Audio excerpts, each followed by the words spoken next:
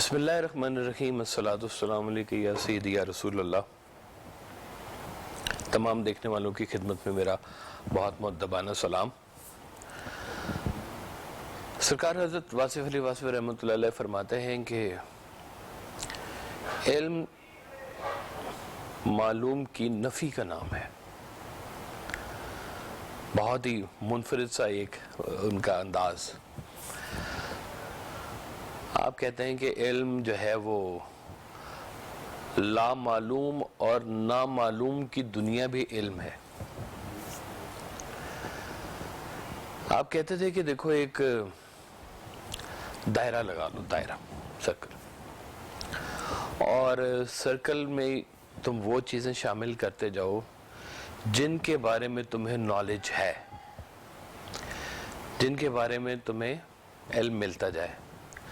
اب وہ جب چیزیں اس سرکل میں آتی جائیں گی تو سرکل تھوڑا سا بڑا ہوتا جائے گا۔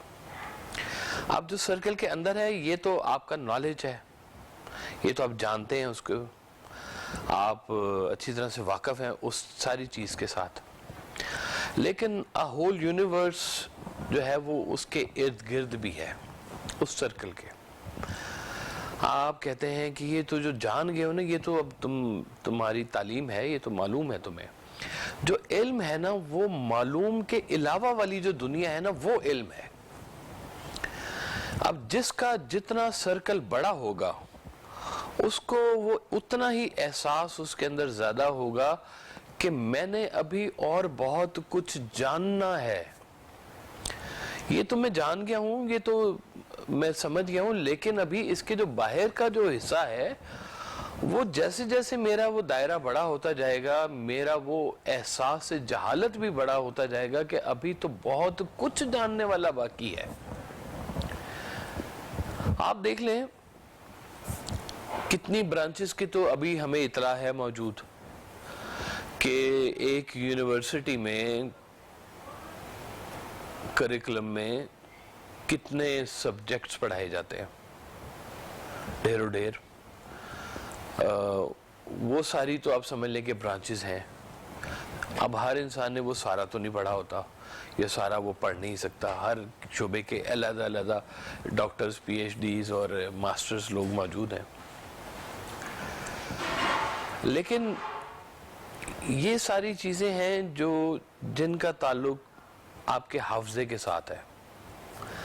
میں نے جو کچھ میٹرک میں پڑھا تھا شاید کچھ چیزیں مجھے یاد ہوں گی اس کی، جو ایف اے بی اے میں، بی کام میں پڑھا، ماسٹرز میں، ایم بی اے میں پڑھا، ان میں سے مجھے سب کچھ ایگزیکٹلی یاد نہیں ہے، بہت کچھ وائپ آؤٹ ہو چکا ہوا ہے۔ دوبارہ پڑھوں تو شاید ریوائز ہو جائے، اس لیے کہ میرے حافظے نے وہ چیزیں اومٹ کر دی ہیں کیونکہ وہ ساری چیزیں میری پریکٹس میں نہیں آئیں۔ اب اگر جو کچھ آپ پڑھ رہے ہیں وہی چیز آپ کی پریکٹس میں اگر رہ جائے تو سمجھے وہ چیز آپ کا علم بن گیا۔ علم جو ہے نا یہ حافظے کے ساتھ اس کا تعلق نہیں ہے، اس کا تعلق آپ کے عمل کے ساتھ ہے۔ ایک آپ کو مزیدار کہانی سناتا ہوں۔ ایک صاحب کی شادی ہو گئی، شادی کے کچھ دنوں بعد دوست احباب ملنے کے لیے آئے اور انہوں نے کہا کہ بڑی مبارکباد ہو آپ کو، تو بتائیں بھابھی ٹھیک ہیں؟ انہوں نے کہا جی ٹھیک ہیں۔ انہوں نے کہا جیسے بتائیں بھابھی پڑھی لکھی کتنی ہے؟ انہوں نے کہا جی وہ جو ہے نا میرا بہت ادب کرتی ہے۔ انہوں نے کہا بہت اچھی بات ہے، لیکن یہ تو بتائیں کہ ان کی ایجوکیشن کتنی ہے؟ انہوں نے کہا وہ میرے ماں باپ کا بھی بہت ادب کرتی ہے۔ انہوں نے کہا وہ تو ٹھیک ہے، پڑھائی کتنی کی ہوئی ہے؟ انہوں نے کہا جی وہ جھوٹ نہیں بولتی۔ انہوں نے کہا کمال بات ہے، ہم آپ سے بات کچھ کر رہے ہیں، آپ آگے جواب کچھ دے رہے ہیں، ہم تو آپ سے کہہ رہے ہیں کہ اس کی ایجوکیشن، اس کی تعلیم کیا ہے؟ ہم نے کھانا بہت اچھا پکاتی ہے۔ انہوں نے کہا جی آپ بالکل ہی اور باتیں کرتے جا رہے ہیں، ہم کو اور بات کر رہے ہیں۔ انہوں نے کہا جاہلو یہی تو تمہیں سمجھا رہا ہوں کہ یہ اس کی ساری تعلیم ہے، یہ اس کی ایجوکیشن ہے۔ اگر ہماری تعلیم عمل میں آ کے یہ سارے کام ہمارے ساتھ نہیں کر رہی ہے تو کس کام کی ہے یہ تعلیم ساری کی ساری؟ اگر جو چیز ہمارے عمل میں داخل نہیں ہو رہی ہے وہ ساری چیزیں ضائع ہو رہی ہیں. ہم جو کچھ اڈاپٹ کر رہے ہیں اپنی روزمرہ کی زندگی کو چلانے کے لیے، نالج لیتے ہیں، ڈگریاں لیتے ہیں کہ اس سے ہمیں کل کو روزگار اچھا ملے گا، بایولوجی پڑھیں گے، زوالوجی پڑھیں گے، ایسٹرولوجی پڑھیں گے، سوشیولوجی پڑھیں گے، جغرافی پڑھیں گے، کیا کیا پڑھیں گے پتہ نہیں. تو وہ یہ سارے کام کس لیے کر رہے ہیں؟ اس لیے کر رہے ہیں کہ ہمیں اچھی ڈگری ملے، اچھے پیسے ملے، اچھا روزگار ملے، زندگی اچھے طریقے سے گزرے. یہ کیا ہے؟ یہ ہے ضرورت کا علم. ہم کسی ضرورت کے تحت یہ چیزیں لے رہے ہیں، شوق سے نہیں لے رہے. مجھے یاد ہے جی، میں پڑھا ہوں، ایم بی اے تک تو پڑھا ہوں، شاید تھوڑے سے سبجیکٹس ہوں گے کچھ بڑے چنیدہ سے جو میں نے بڑے شوق سے پڑھے. باقی سارے تو میں دعا کرتا تھا کہ یا اللہ کب ختم ہوگی اور میری جان چھٹے گی. جتنی دیر ایجوکیشن سسٹم میں رہا ہوں میں یہی سوچتا رہا ہوں کہ یا اللہ کب ایجوکیشن سسٹم سے باہر نکلیں گے، آزادی ملے گی، جا کے کچھ زندگی انجوائے کریں گے تو دیکھیں گے. وہ پتہ چلا کہ جناب انجوائے تو کر رہے ہیں پیچھے، جتنا عرصہ آپ پڑھتے رہے اب تو کام کرنا پڑے گا آپ کو. اب تو ضروریات اور طرح سے ہو گئی ہیں. ضروریات کا علم اور ہے، علم کی ضروریات اور چیز ہے. علم حاصل کرنے والے جو ہیں وہ اپنی روح کے ساتھ کوئی نہ کوئی کھیل کھیل رہے ہوتے ہیں، وہ اس کے ساتھ اپنی اس کی تشفی کر رہے ہوتے ہیں. وہ یہ جانتے ہیں کہ یہ جو کتابوں کی جو لائبریریاں بھری پڑی ہیں یہ ساری کی ساری تو مدفن ہوا پڑا ہے علم یہاں پہ. یہ علم کا قبرستان ہے یہ جو کتابوں کی جو لائبریری ہیں. سرکار ایسا فرمایا کرتے تھے کہ وہ ایسا نہ ہو کہ زندگی تمہاری لائبریری میں ہی پڑھتے پڑھتے گزر جائے اور تمہاری اصل زندگی لائبریری کے باہر سے گزر جائے. یعنی کہ اتنا نہ پڑھتے رہو کہ تمہارے عمل میں نہ آئے وہ ساری چیزیں. عمل میں آئیں گی چیزیں تو وہ پریکٹیکل شیپ میں آئیں گی، وہ لوگوں کے لیے منفعت بخش بنیں گی یا نہیں بنیں گی. یہ ہے اصل علم. ہم نہ علم کے سے کہیں بہت دور ہوتے جا رہے ہیں کہ شوق سے ہم کوئی چیز حاصل کرنا چاہیں. کہا گیا کہ علم حاصل کرو اگر تمہیں چین تک بھی جانا پڑے. شوق سے بندہ جائے گا، ذوق سے بندہ جائے گا. ضرورت تو ایک اور چیز کا نام ہوتی ہے.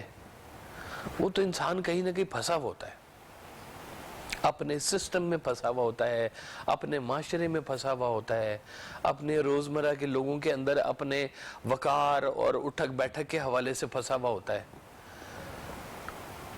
وہ بڑی مشہور ایک کہانی ہے جی مولانا روم کی، میرے خیال ہے تمام لوگوں نے سن رکھی ہوگی وہ، کہ جلال الدین رومی مولانا ہے، بڑا ان کا مدرسہ تھا، مسجد تھی. وہ مدرسہ میں ایک وہ ان کا پول بھی تھا، غوث جس کو کہا کرتے تھے. وہاں پہ لوگ وضو بھی کیا کرتے تھے اور اس کے کنارے پہ بیٹھ کے آپ پڑھاتے تھے درس نظامی، وہ فقہ پڑھاتے تھے، حدیث پڑھاتے تھے. اور وہ وہاں پہ آگے جناب ایک اور صاحب پرانے سے کپڑے پہن کے اور مولانا کے پاس آ کے بیٹھ گئے. انہوں نے کہا کہ یہ کیا ہے، کتابوں کی طرف اشارہ کر گیا. انہوں نے کہا یہ وہ علم ہے جس کی تمہیں سمجھ نہیں آئے گی. انہوں نے کہا اچھا. انہوں نے کیا کیا کہ ان کی وہ کچھ کتابیں اٹھائیں اور وہ جو حوض تھا پانی کا، جو پول سا جو بنا ہوا تھا، اس کے بیچ میں پھینک دی. مولانا روم بہت سٹ پٹائے، روئے، او میری دنیا، میری تو ساری تباہ کر دی تم نے، میرا اتنا علم جو تھا وہ ضائع ہو گیا، میری محنت ضائع ہو گئی ساری. تو انہوں نے کہا کہ یہ کون سا تمہارا علم ہے جو ضائع ہو گیا؟ انہوں نے کیوں ضائع ہو گیا؟ سارا پانی میں چلا گیا، اب یاد میں بھی نہیں ہے، پتہ نہیں کیسے کیا کیا لکھا ہوا تھا. انہوں نے کہا اچھا تمہارا علم ضائع ہو سکتا ہے، ہمارا تو ضائع نہیں ہوتا. پھر وہ انہوں نے پانی میں ہاتھ ڈالا اور کتابیں ویسے ہی خشک نکال کے باہر رکھ دی. مولانا روم بڑے حیران ہو گئے. انہوں نے کہا کہ یہ کیا علم ہے؟ انہوں نے کہا یہ وہ علم ہے جو تو نہیں جانتا. کہتے ہیں پھر وہ شاہ شمس تبریز تھے جی، وہ جو وہاں آئے تھے ان کے پاس. شاہ شمس تبریز وہاں سے پھر چلے گئے، ناراض ہو گئے کہ تو نے مجھے صحیح طرح سے ویلکم نہیں کیا، تو ویلکم کرنا چاہیے تھا تمہیں میرا. تو وہ کہتے ہیں کہ پتہ نہیں 3 سال 5 سال وہ پھر چل گئے رہے، اور مولانا روم جو تھے وہ پھر ان کی تلاش میں سرگرداں رہے. لوگ بڑے اس دور کے جو تھے وہ مولانا روم سے خائف ہوئے کہ یہ اچھے بھلے مولوی تھے، پتہ نہیں کس مجذوب کے پیچھے لگ گئے ہیں، اپنی دنیا خراب کر رہے ہیں، کیا کر رہے ہیں. تو کہتے ہیں وہ جب ملاقات ہوئی تو انہوں نے کہا مولانا روم نے کہ جی میں آپ کو اتنے سالوں سے ڈھونڈ رہا تھا، اب آپ مجھے ملے ہیں. تو شاہ شمس تبریز نے کہا وہ تم مجھے 5 سال سے ڈھونڈ رہا تھا، میں تو تجھے 20 سال سے ڈھونڈ رہا تھا کہ یہ علم تیرے حوالے کروں. یہ جو اصل علم جس کو ڈھونڈنے کے لیے لوگ نکلتے ہیں نا، اس کو دینے والے لوگ بھی انتظار کر رہے ہوتے ہیں کہ وہ اصل بندہ آئے جس کے حوالے یہ کیا جائے.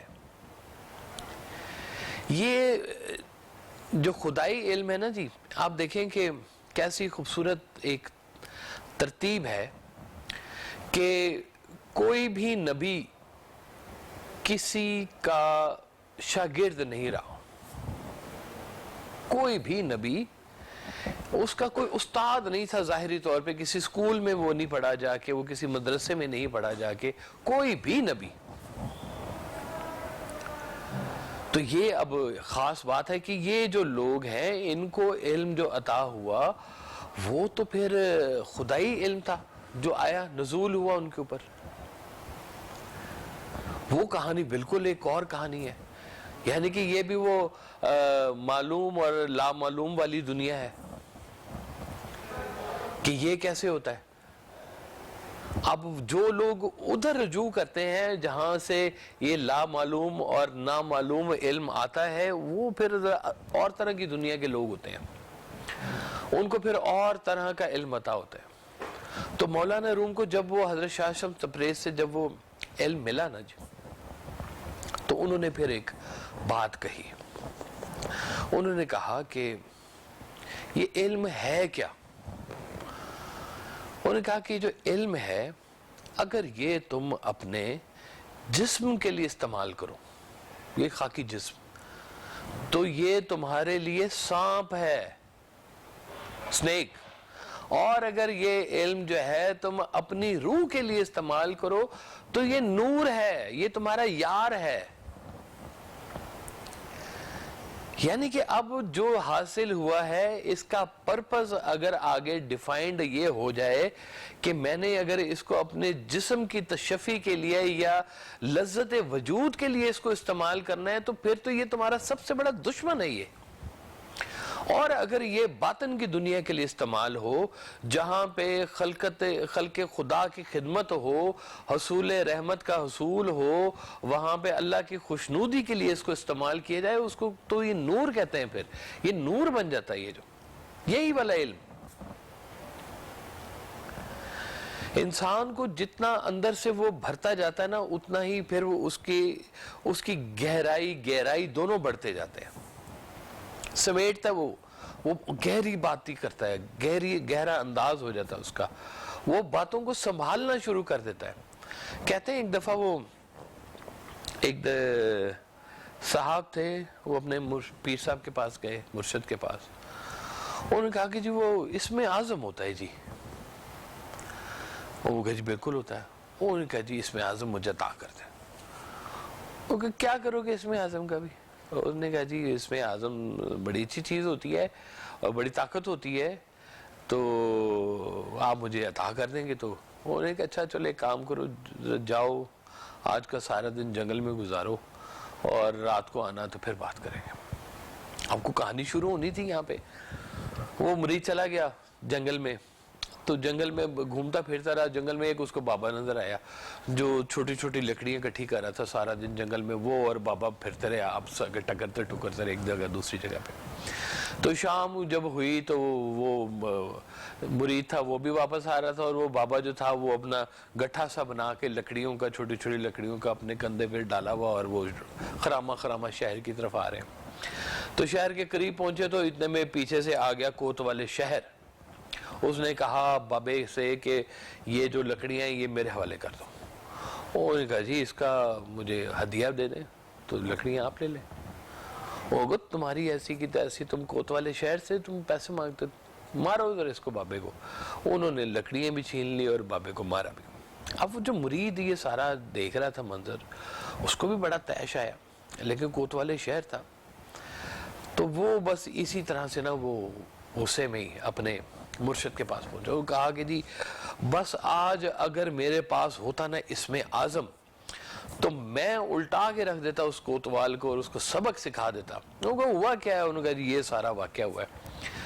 تو مرشد نے انہوں نے کہا تمہیں پتا وہ بابا کون ہے؟ انہوں نے کہا نہیں جی مجھے نہیں پتا وہ بابا کون ہے. تو مرشد نے کہا کہ وہ بابا وہ ہے جس نے مجھے اسم اعظم عطا کیا ہے. یعنی کہ علم کو سنبھالنے کے لیے بھی ایک بہت بڑے ظرف کی ضرورت ہوتی ہے. علم آپ کے پاس ہو اور اس علم کو آپ لوگوں کے اوپر رعب جھاڑنے کے لیے اگر استعمال کرنا شروع کر دیں, اپنی شخصیت متاثر کن ثابت کرنے کے لیے اور بڑا علم والا بننے کے لیے اپنے آپ کو اگر آپ بتانا شروع کر دیں, تو یہ سارا خسارہ ہے. یہ نہیں ہے کام. علم کی ایک ڈیفینیشن یہ بھی ہے کہ جاہلوں کو ساتھ لے کے چلو. اگر آپ کا ذہن کشا ہو جائے, مطلب کہہ لیں کہ آپ کی ذہنی استطاعت جو ہے بڑھ جائے, 20% 30% پہ چلی جائے کہیں پہ, تو اس کا مطلب ہے کہ اب آپ کی بات کو سمجھنے کے لیے کم از کم کوئی آپ سے 2-4 پوائنٹ کم والا بندہ ہو کم از کم, تب جا کے آپ کی بات کو وہ سمجھے گا کہ آپ کیا کہہ رہے ہیں. یعنی کہ آپ کس مقام سے بات کریں, اس مقام کا تعین جو ہے وہ شخص چاہیے جو آپ کی بات کے ایکولیبرم میں آتا ہو کہیں نہ کہیں. تو اویلیبل سٹاف وہ سارے کا سارا دوسرا